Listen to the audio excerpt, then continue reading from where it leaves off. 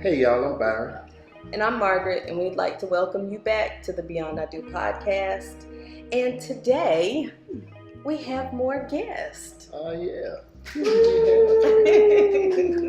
Who do we have? On this episode, we have our first couple guests, Paul and Mashanda. Yay! And Mashanda is our niece. Yes. And we accept him. He's okay. I'm baggage. But you're okay. Yeah, you good. So what we're going to do for our interview of our married guest is kind of like the structure of our first 10 episodes. So each episode there was a focus on how we met, what's going on, parenting and those things. So we're just going to go through and use those topics and then talk about those things and how they apply to y'all. Okay. All right. So our first episode was how it started. Mm-hmm. And we talked about how we met and how this came to be, and we want to know. Hopefully, your proposal was different than mine, but we want to know how y'all met. Yeah, at least they can remember each other, because you ain't even remember when we first met. How about that? Okay, so let's put that into perspective. Moving on. So, how did y'all meet? And then how long did y'all date before becoming engaged? Well, we actually met through my grandfather, Sam. He told me that he worked with this guy. He was a nice, wholesome guy, and he would like me to start talking to him on the phone. So he gave me the number. I waited about 2 to 3 weeks, and I said, I'll go ahead and just give him a call, because he just described him to be this nerdy guy. I was like, I don't know about that. I was like, you know what? Let's go ahead and call him up, So wait. So in the time that Grandpa Sam let her know you need to call him, did you know that he had given your number? He told me about it. He said she had a boyfriend, but he wasn't no good. I told Mr. Sam, I said, I don't want to break up no happy home. I don't do that. I was like, so she gets single. I said, I'll be here. Show me a picture of her and everything. So you wasn't like counting days or nothing? No. Oh, okay. No. You was sitting you saw a picture? Yeah, I saw a picture. You was counting days. So wait a minute now. No, I don't count days. So wait a minute now. You was sitting by the phone talking about like, he was waiting. she ain't called me yet. He was. She ain't called me yet. 7 whole days. Anyway, so the first phone call, y'all talk, and then how long after that first phone call before y'all like went out on a date? It was about 2 to 3 weeks. When I called, I was like, we got good conversation. I was like, something got to be wrong with this girl. I was like, she sounded too good to be true. And I was like, well, we need to meet. So, I called. I was like, let's meet at Target, going on Wheeler Road. Aww. She was like, okay. I built in a little bit. So as always, I shouldn't have right then. The rest of life. Oh, she was late. Yes. She was late. Yes. That's my baby. And I waited. She pulled up. Oh, she got a car just like me. Had an old Malibu, 2003. Oh yeah. That's right. She had Mexico. That Malibu. Man. She got out. I was like, okay. I was like, look at her. She got a little pretty eyes, red bone. I was like, okay. With your hazel eyes. Yeah. She got the car. I had my rooster chest up. She was like, looking at me like, I said, okay. She gave me a little hug. It was on from there. Oh, so y'all Target. That's so sweet. Yep. You knew what you was doing because that's disarming. That's a safe spot, and everybody loves Target. I didn't know if I didn't take off. Now she was late. we ain't gonna say nothing entrance about your current employment. Yeah, we ain't gonna. Okay, cause you gotta disclosure for that. All right. So y'all met first date. How long before the next date? It was like we were dating like every other weekend. Yeah, I think we went to Outback. Yep, Outback. Yeah, Outback. She had a little brown dress on. I was like, okay. Do you remember? Mm-hmm. Okay. Mm-hmm. Oh, and so y'all dated for how long? But we were friends for a whole year before we decided to make it official. So yeah. Okay. Yeah. And then y'all start dating. Mm-hmm. And then how long before Let me see. Okay, so we met in 2006. We made it official in 2007. He proposed to me in 2009. Okay. But in between that, He proposed. in between that, you know, Okay. I was staying. I had a roommate, and it's kind of crazy how things happen, you know, because that what I felt like would put us on track to be where we're at today. Because in my mind, I didn't know how long we were gonna date. Because I just had a roommate. You know, she would come over there, you know, spend time and everything. But then, you know, it was a situation where I had to find my own place. You know, then I moved in. You know, then we started having a more deep conversation. You know, I was like, I don't know, you know, this might go somewhere. You know, then we talked about kids and stuff. And I was like, I don't know about no kid. You know, I was like, we might have a dog. You know, so she bought me a dog. You know, Yeah. and then when she bought me the dog, that was her way of saying I'm moving in. Because she knows with the job I had, that dog was gonna die if I had to take care of it. You know, so that's all it took. She got the key and the dog in the same day. So when it was time, when you decided, okay, I'm gonna get a ring, I'm about to make it official. Was it I know you like it's a life change, so of course you were nervous. But was there a certainty there? Did you know this is what needs to happen? Well, yeah, because I guess the biggest thing was like I never had the influence of somebody telling me, "Oh, you're doing the wrong thing," or you know you don't want to move too quick because I'm my own man. I don't need nobody to tell me when it's time for me to get ready. But you know, I did have some you know, some outside interferences give me a nudge and say, "What you doing, man? What you doing?" Who's you know, that? I ain't gonna say Byron. But you know, one thing that I loved about me, Michelle and the family was that there's an equal mix of aunties and uncles, but I feel like the uncles are like, they all like your father a little bit. They're very protective of you. You know what I'm saying? They ain't want baby girl to get did wrong or whatever. That's right. But and I like that. The funny part about that is you were concerned about uncles. I'm crazy. That's the funny part. You weren't certified until a couple years later. You know what I'm saying? So, when I met you, you were more studious than, you should have been worried about auntie. But anywho.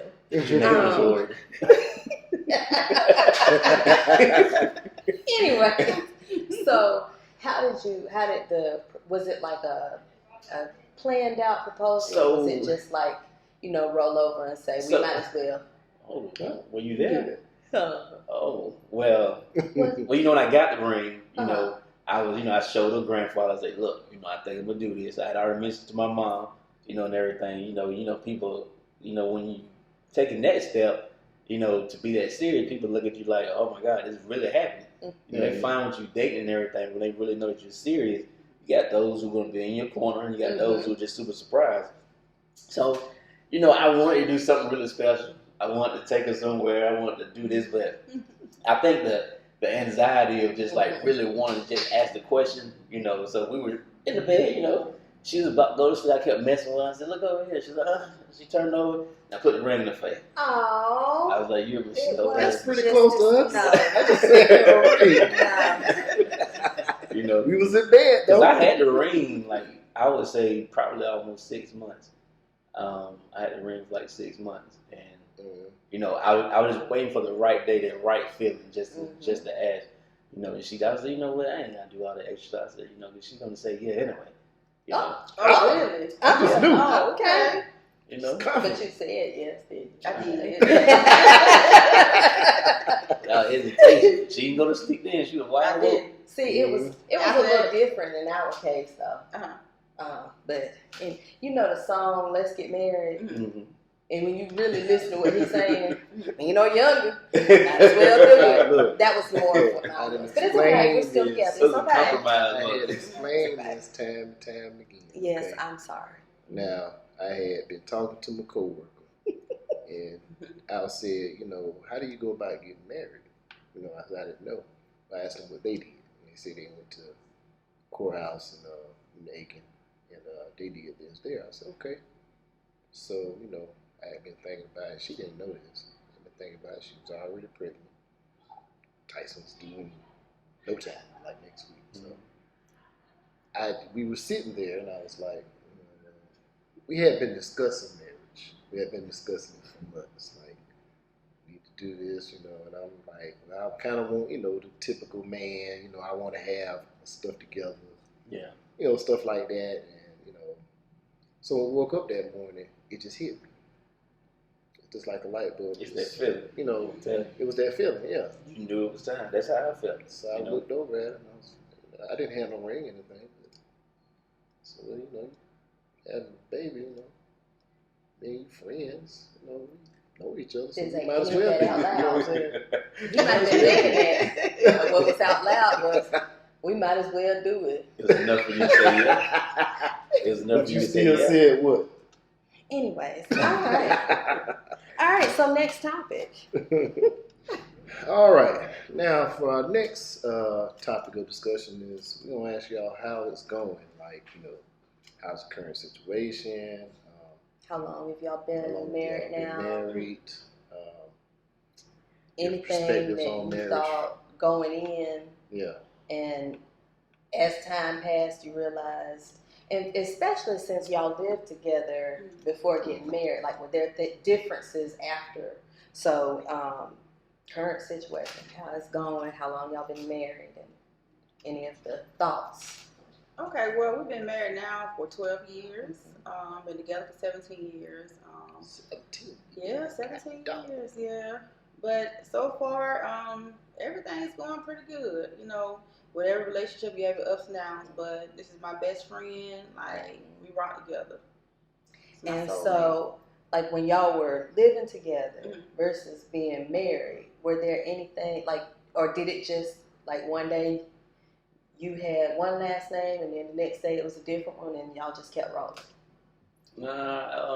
So, like I said earlier, when we moved in together, it was, she helped me out with raising my doggy, Puppy. But one thing I would say, I know is, a lot of people say, oh, you shouldn't move in with somebody before you get married. I think that everybody should do that. I do too. Test the waters. Because that's a period when you got to think, when you're living in two separate homes, you don't really know how that person lives. Mm-hmm. You know that affection you have for that person. Yeah. But once you live with somebody, it can change that affection you have. That's with right. But I was blessed that Michelle was very clean, very kept. Gosh, yes. You know what I'm saying? She cooked, all that stuff. And I know as a single child, like I don't, I'm not a dirty person. Like that tears me up. So that worked out perfect. We lived together for a couple. I would say about a couple of years. Because I was in an apartment, Parker Place, and then it was that conversation we had. I was like, I don't want to take the next step if I'm not financially stable. If I'm trying to get a house and stuff like that. And one day, I went and got pre-approved.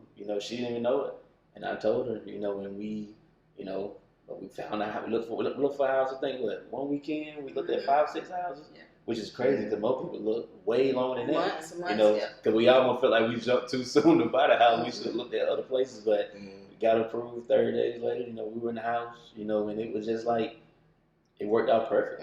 Happened so fast. Yeah. And I got a story about that because periodically, like I said, old boy, he came along like checking him out. You know what I'm saying? Like, let me see what's up with this cat. So, once they got married, occasionally we would have lunch, And I can't remember what we were discussing, but we were just talking. This man talked, hey, and what amazed me, I don't know, you went right down Dang Street. After we got done eating, whatever I said, I don't know if I said something or what. But after we got done eating, I was like, I think I talked to you a few days later. He was like, I went down the street, got food for a loan for a house. I was like, what? And that just made me feel so good because, this is something that, I've always, y'all know, I've always encouraged y'all, probed it, told y'all, told you from day one, hey, on his day to call me, man, hey, anything. I know I know my niece. I was about to say, just to clarify, because you are his niece by blood, and so this y'all have like a big brother, big sister Mhm. type Mhm. relationship. Yeah. So that protectiveness is because this is, that's That's right, because of yeah. that relationship. And for me, when we got married, you were a teenager, Mhm. but from day one, you were my baby. That's right. So that protectiveness is because y'all had, that's y'all grew up together and whatnot. But Yeah. I just the idea of being a provider. You hear a lot of men say, I want to, but I want to make sure I can provide and this, that, and the other. And I think that some of that is from like society tells you you're supposed to have X, Y, and Z in line. Yeah. And if you don't have that, you feel like you're not doing what Then you're it's supposed like, to do it's in doomed that to fail time. or whatnot. And we one thing that since we started this podcast, we've always talked about being your own individual and doing things your way, regardless of what, people say That's or right. friends or family say, you got to do what works for you, because at the end of the day, mama and daddy can be upset, they can be mad, That's they can be right. whatever, but you guys are the ones that are together. So some of them might be like, well, y'all stepped out there too soon about the house. We've heard stuff like that. You sure y'all can handle all that? Like, well, if I'm not, then you ain't gonna be able to help me. That's right. You know what I'm right. saying? You ain't gonna spend no help to me, so why is you asking that? Criticism or whatever. So. Mm-hmm. And I've heard that, where you're doing too much, but the whole thing about it is you raised me to be this way. You raised me to take on more. You raised me to, to be somebody that, you would want to say, that's my son. Right. So just understand that moment that what you've helped, develop, you should applaud yourself for it. You know what I'm saying? Right. And I know it's that stigma, you're, I'm losing my baby and all that kind of stuff. But, through the whole term when we got married, like my mom, like she gained a daughter. She even told me that. She was like, in the beginning, I was a little, because, I felt like I was losing my only child and all that kind of stuff. But she said, I gained a daughter. She said, I love her, Shannon. And it's one of the things that, back to what you were saying, I didn't do anything. I think nobody made me do anything. The little conversations or what you gonna do or the little X, Y, and Z. Like nobody made me do anything that I wasn't comfortable on myself. Right. And one thing about that I've always been a person of, like, I listen to advice.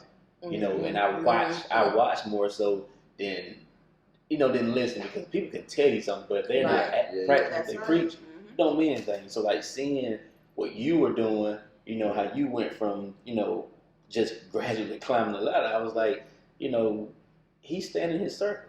You get what I'm saying? His family is what matters.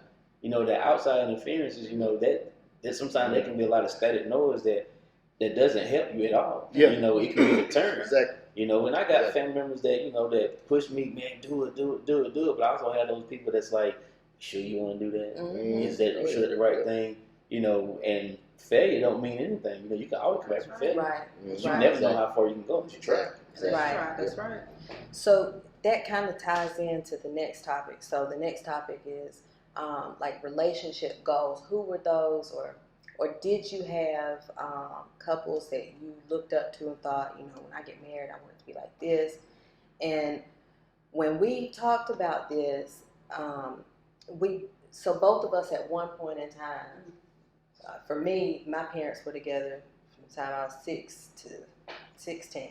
And then, of course, his parents were together until his father passed. But it was still a very different relationship and environment.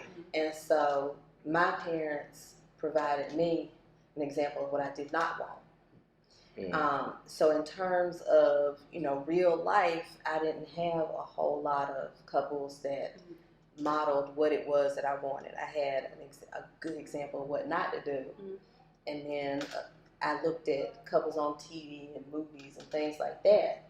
So were there any influences that y'all had and y'all were like, oh, I want that type of relationship? The two of you? The four of us. Well, what can I say? You know why? Because one thing that I loved about y'all then, that I love about y'all now, y'all don't let anyone else's, influence or opinions, get between you. It's like it don't matter. That's still my wife, Right. that's still my husband. So I love Right. that because I feel the same way. No one opinion matters. Right. Exactly. And I mean, I guess that's okay. I'll accept that because you were a teenager and we've been there as you grew up and whatnot. Was there anyone or any couples or anything that you looked up to or? Well, in my family, there's only been two people that I knew to be married. That was my grandparent, and that was my aunt. So like even when I proposed to Michelle, I was like, I wanted it to be a big deal because nobody on my side of the family been married, probably 30 plus years. But I don't really feel there was like, a couple that made me feel that I felt there were goals. I saw how Byron interacted with being married. He still made time for family. His extended blood family. family. You know what I'm saying? Yeah. He still took care of home. Still took in other people to help out, and still worked all the hours you work. And I was like, I know I worked a lot. And there would be some times when we've had this conversation, like I can't let work stop me from doing stuff with you that I love to do. You get what I'm saying? Exactly. So I was like, there was plenty of time, well, I'm going to grandma's house, everybody come over there, and I wouldn't be the one to show up. And I'd be like, like how hard would it have been for me just to take that few minutes to go over there? And I know this man right here, I've seen him work all day, take 3 hours of sleep, drink a Monster, go fix somebody's car, then call Build a me. shed. Then, hey nephew, you want to go do lunch? I was like, how do I go to the shooting range? And then I go ask you for lunch late. I was like, and then do it on time. But it makes you realize when you see stuff like that, like you can make time for what you want to make time for. Right. Exactly. And he Byron could have never, that little small time, like he could have never said, hey, let's do lunch or let's go to the shooting range or come out of the house, I can take care of that for you, or come over here, you can borrow the lawnmower. Like that's all stuff that he didn't have to do. Right. You don't have to do that. Right. You know what I'm saying? Yeah. You know what I'm saying? And you didn't do it because of Michelle. You get what I'm saying? You did because you right. just, your heart is literally made to go. You get what I'm saying? Well, I've always looked at it like, I knew what it took to, or at least in my ideal, I knew what I thought it took to be married and to maintain a marriage. So my extension was always, okay, here's a young man. I don't know how you were raised. I don't know how you were brought up. But I know that I have some advice that I could help you get to that step. Because one thing I didn't want a person to see, I don't want to see any couples break up. You know what I'm saying? Now, do you see what he just did? You just told him how his actions influenced you. And he put it right back on you. Because I've been telling him, like, you're just a good person. And that's so hard to find. And because of the person you are, your influence just comes. Yeah. It just I don't have to tell anybody. But he just come, and then you turned it right back around.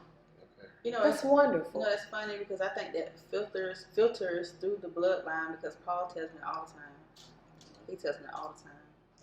And the stuff that's like so easy for y'all just to be boom, boom, boom. Sometimes I know, and I think we're the same way when it comes to this. Like I'm just like whatever, I don't have the time for, Right. But the fact that you make time for that, and on the outside looking in, like I tell Michelle, you need to sit there and you need to rest and all that kind of stuff. But if she want to keep going, let her keep going. I learned to realize now. I learned to realize that that's part of what makes her happy, though. To an extent. Yeah. Some of that is an expectation, and sometimes an unreal one. And I think that one of the things with us is, like you said, for me, if it's not in my circle, I have to be consciously thinking of it. Yeah. So there's balance for us, though. Yeah, and so over the years, like I have softened in some areas, and he has, gotten more selective in some areas. Because if he lets that push him to where he's doing for other people, then eventually he is going to come up short for me. Yeah. You know what I'm saying? So learning to prioritize that. I had to learn to create a balance because I was like, yeah, I want to do that, man, but I ain't spent no time with my wife this weekend.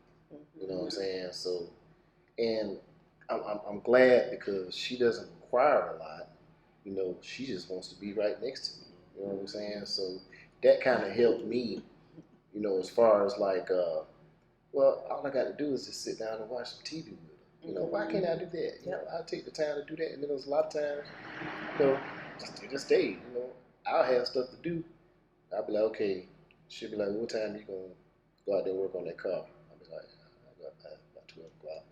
As you know, at 4 o'clock, we didn't have so much fun. Yeah. Just sitting there, you know what I'm saying? So it's like, I had to learn to prioritize. I had to learn to make the time, you know what I'm saying? And eventually I started slowing down, you know what I'm saying? Because it's like, at the end of the day, it's always going to be something that needs to be done. But, the main focus and the main reason why I'm here is to be here for her. We probably a couple weeks ago we were talking, and he said from now on, if I'm going to work on somebody's vehicle, they're going to have to bring it to me. He said, I'm not going anymore because I know it's frustrating for him. He has to pack up tools, and if he forgets something, there have been times when he's somewhere working on something and forgot a tool, so he'll go buy another one. And so he said, I'm just not doing that anymore. And I said, that's good. That's balance. In my head, I was thinking, but what if they can't get it to you? And before I even asked, he said, and if they need me to do it, they have to get it to me. I'm not going to be trying to go and get. And I was like, that makes me proud because that's balance. Yeah. I love that he has a heart and he wants to help people, but at the same time, even aside from spending time with me, I want him to take care of himself and not run himself ragged. And I've gotten on to you about that throughout the years. You can't pour into someone what you don't have. And if you don't stop and take the time to take care of you, you're not going to be able to help others.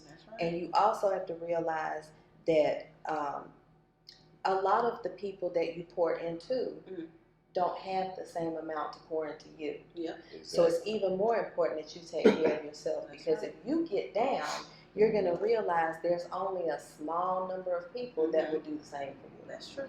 So. Yep. That's real. All right. The next segment is about finances, and we want to discuss your careers. You don't have to mention where you work, just kind of like the field or whatever, and also your thoughts about how do you handle your finances, as far as do you go 50-50 or do it's a major one main person paying all the bills or some of the bills. So how do you guys handle that? Well, first of all, to start with the careers. Well, I work in the healthcare industry. I've been doing that for 19 years now, and I like it because my job is flexible and it works best for our family right now. As far as me being home more, get Cadence out of school, to cook, to clean, whatever I need to do to take care of home front. And so you have flexibility? Is it mainly Monday through Friday, daytime? Okay. Monday through Friday, daytime. No weekends, no holidays. Okay. And you, sir? Retail manager. Doing that for I feel like forever. But as far as flexibility, I have more flexibility with my schedule now. But previous to that, no. But I still work most of all holidays. Some weekends. So not much flexibility as she did. And so the with the work-life balance, have y'all found it easy to maintain that balance? Do you know when he comes home how to adjust based on how he walks in the door, or do you know how to turn it off when you walk in? Like, how's the work-life balance with all of that? So for me being a store manager, sometimes my job doesn't end right when I get off, because there's stuff that's going to always happen after hours. But I try to minimize that, I try to just, it's a lot of texting going on. I make sure it doesn't affect anything we have going on. Mm-hmm. So if I know if it's something that's important to her, I'm, you know, this phone is over there or whatever, and they have to respect the fact that I'm just off. Yes, okay. That's what happens. That's what When happens you when the you're the man. Yes. That's what happens when you're the man. And then, in terms of finances, how do you all handle finances? Is it shared? Is it split? How do you all balance those things? So in the beginning, you know, when we first moved to our home, everything was split except for mortgage. I took care of the mortgage. She had her own car note, had my own car note. But we did split all utilities 50-50. But then there was some stuff that happened throughout life, you know, and I was able to, you know, progress in my career and make more money, you know, and I basically told her, you know, I didn't even, you know, it wasn't a discussion where, I'm going to pay all these and you don't have to pay them anymore. I just took it upon myself because there was stuff that she needed to do to help another situation that was basically still affecting us overall financially, you know, but so take it off her plate so that way she wasn't stressed about going to work, working 4 hours a week, and possibly forgetting to do something because she's working 24/7 to try to help split the bills and stuff like that. So I just took it upon myself to, you know, take on that part, which it didn't hurt me because, like I said, I was, you know, had a pretty good increase in pay, you know, and it helped alleviate that stress from her, and so she can take care of what she can take care of.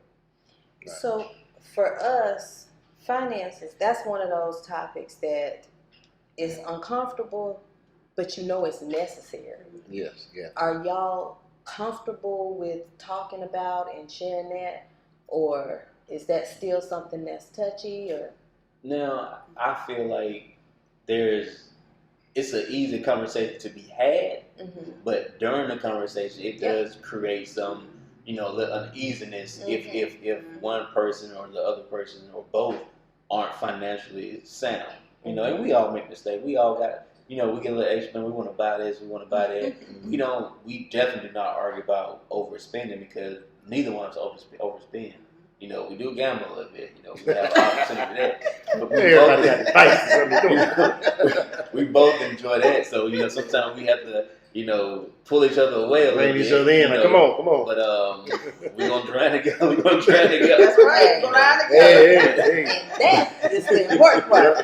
But one thing about that, I feel like, you know, people, I think they overcomplicate when we talk about finances because we have a shared, you know, savings account, you know, but I look at it like this, you know, that's her money, she make it, you know, it's my money also and I make it, but it's not to the sense where I'm like, oh, you know, you spend all your money, so, you know, mine's off limits, you know, but at the same time, though, there is a conversation where, well, why did you know, if there was a conversation like, well, why did you overspend on that? You know, why don't you have any money for that? But we talk about that, you know, same way with her. She was like, oh, you got a lot of shoes coming through here. You know what I'm saying? You know, or X, Y, Z. Now to realize.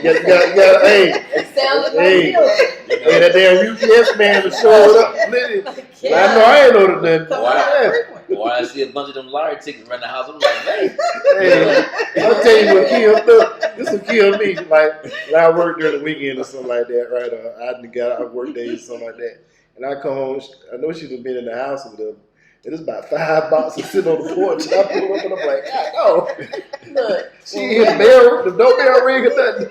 When we moved where we are now, I think it was the FedEx guy. He was like, I didn't even realize this house was over here until y'all bought it. Packages, I know. Yeah. Oh, yeah. Between eBay and all that. Know you by first name. Wow. But you know what? The funny thing that amazed me, and I'm talking to like people that I work with, and Joe was talking about, I had to borrow $20 from my wife. You had to borrow $20 from your wife? Borrow? Yeah. How you borrowing from your spouse? Because I always think, like, come on, that's crazy. And that's the thing with us. And because there were times when I was staying at home, we had to work through those uncomfortable situations because he's bringing home the income. So then the question is, well, how is it yours if you're not contributing? And so that was something, and that was my feelings about it. And learning to open up to him and let him know how I felt, and then listening to him when he's telling me, baby, this is us, this is the both of us, and then learning to believe and trust that so that I can act accordingly. Now, one thing with me, like you said, I'm gonna do me regardless. So when outside people had something to say, we're a united front, and I'm gonna let people know, don't worry about all that. Exactly. That's right. But behind closed doors with me and him, I'm telling him, but how is it mine if I ain't put nothing in? Or, you know, and I'm gonna be honest with you. There were times where he would come home. There's been recent times he comes home from work and cook, and I've been home because I hadn't cooked. Maybe the time got away from me. He'd come home, he'd cook something. And I like the thing that used to kill me is I would hear people say stuff like, or me make comments. I seen online people like, "Damn, wife been home all day, take care of the kids. She ain't cooked." And I'm like, what the hell is you complaining about? Exactly. Or people say, well, you know, I'm the breadwinner. I provide all this. And I'm like, you don't understand what it takes to take care of a household. Like there are phone calls that I don't make because she's at home. I can call her and be like, baby, look up this for me. I can do it, but I know she's my researcher. You know what I'm saying? So even if it comes, like when it comes, if it's something that I'm interested in, like car parts stuff, I can research all day long. But when it comes to like, you know, certain things like, you know, trips or stuff like that, I know to pass that to her. That's right. She gonna go all through details. So it's like we understand our weaknesses and we understand our strengths, and we know to lean on each other when it comes to those things. So it's like, why would I get mad at her if I've been at work all day and she hadn't cooked me? It's like, well, I mean, hell, you tired. And so, I mean, hell, let's solve this. We go to Chick-fil-A, we'll go wherever, you know what I'm saying? But that's the thing, you know, like people are simple. You know, people are really, really simple. You're a simple person, you're a simple person, you're a simple person. All right? 1 + 1 is 2. When you add a square root to it, you start to think like, man, we're making this difficult. Yeah. And that square root is other people's opinion. That's right. Exactly. So like, you can't, just because you have an opinion of something that you don't like, don't mean it's a problem for me. Right. If I come home and Michelle ain't cooked and she's been out all day, I'm not gonna be like, damn, what you been doing? You know what I'm saying? I'm not gonna say that because because I know how it feels to want to be at home all day and just relax. Right. I've been that person. Yes. Now, You know, I do that now sometimes. Yeah, You know? Now, and on the flip side, I will say that there were times when he came home and he expressed to me, baby, I'm tired and I don't feel like doing this. Can you do this? And it's stuff that I could have done all day. So instead of him saying, I've been at work all day and you could have done this, he lets me know in a way that I'm going to receive it that needs to be done, and I don't feel like doing it. One thing I've learned is sarcasm is not going to get you anywhere, brother. That's right. That's not going to get you nowhere. You know what I'm saying? It'll get you somewhere, but it'll not get where you you somewhere, want to go. but not what you want. It's not what you want. Not for Exactly. Everything is about communication. If you know the person you with, like I know when Michelle get ready to wash clothes. You know, not because they get filled up. I just know when she gonna wash it. Like she told me, what you told me, you gonna wash clothes the other day because the light bill. That's right. You got to wash. You want to go to look and after sex.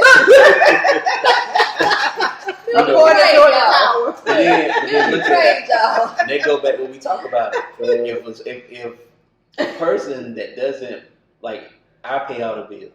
If she didn't care about it, why would she say that? You get what I'm saying? Like, there's still a contribution that you can't put a monetary value on. You know, like with my taxes, you know, she take care of my taxes. You get what I'm saying? That's something that if I didn't have, I'd pay somebody to do. Exactly. You get what I'm saying? Exactly. So I think when it boils down, like society, we include too much of the wrong. That's right. The wrong aspect. Yeah, we put values on. They put values on the wrong things and not looking at okay, it's really the small stuff that gets you by on a day-to-day basis, you know. Yep. I mean, That's the stuff that builds into the bigger. It builds into things. But not only that, 2 generations ago, the mom stayed at home and raised the kid, washed, cooked, and cleaned. While the man, paid the bills, and nobody contradicted him for paying the bills then if he wanted to pay the bills. Now, women have progressed. There are more stuff that they can do to have their own careers, but it doesn't mean they still can't be, there for the family. Like Michelle has we didn't push for her or help or say get a degree because, I want you to, pay 50-50 with me or pay 100% with me. And because she wanted to do that. She was smart enough to go to college and get a bachelor's and get a master's. That's a compliment for her. For her. You know what I'm saying? That at any given point, she can say, well, you know what? I think I want to be a nurse. Now, 18 months, she can be a nurse if she wanted to. And I could be like, damn, maybe I could sit home a little bit. And that's what I'm saying. But as a man, I would not want to sit home. Wait a second. I get what you're saying, but the important part is the first part of what you said. And she would do that for you. Yeah. That's the important part because I've told him that. I know as a man, you want to contribute and provide, but knowing that you have someone who will step up is what's important. And that's what, with him, I'm like, you've done it for me repeatedly. I want to be able to offer that to you. So if you want to, if you find something where it's not as taxing, it's not as many hours, which means it's not as much money, that's okay. I got you. We'll work through it. We'll prepare for that and work through it. Yeah. As long as he knows that I've got him and I know I got him. I got him and he knows I got him. So it's reciprocated. Yeah, exactly. And so that's, one of the things that we had dealt with in the beginning was, my kind of idea was like, okay, we're coming to this. I had 1 year of college. So we were talking about moving away initially in the beginning, like, just out of our hometown, not too far. And so I was like, well, if we decide to do that, then somebody needs to have a career. So she only had a few more classes to take, so quite naturally it made sense for her to go to school and finish school. So she enrolled in school. I did the work. We also had a child too. You know what I'm saying? So people were like, well, how you gonna do that? That's a lot of strain and stress. That's not stress on you. Take care of my family. And that's the thing. It's a lot of strain and stress on you. Then why are you worried about it? Exactly. Let us work through that. I ain't asking you for nothing.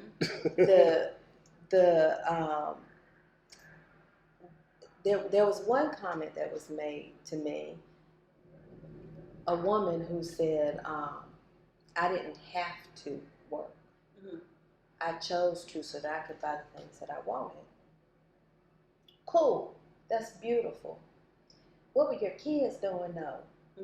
What kind of havoc were they wreaking while you were working so that you could buy things that you want?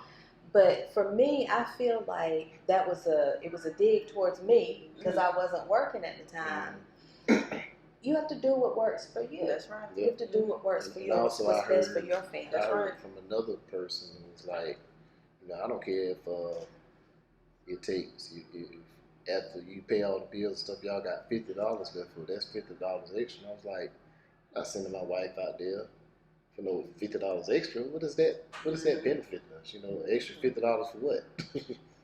That go in the gas tank and that's done. You know what I'm saying? Yeah. So that's not stress and strain for what? So I mean, it's just learning to do what works for you. That is. And that's why I think a lot of marriages, like nowadays, are like not successful because people are always worried about how other people feel. It shouldn't matter.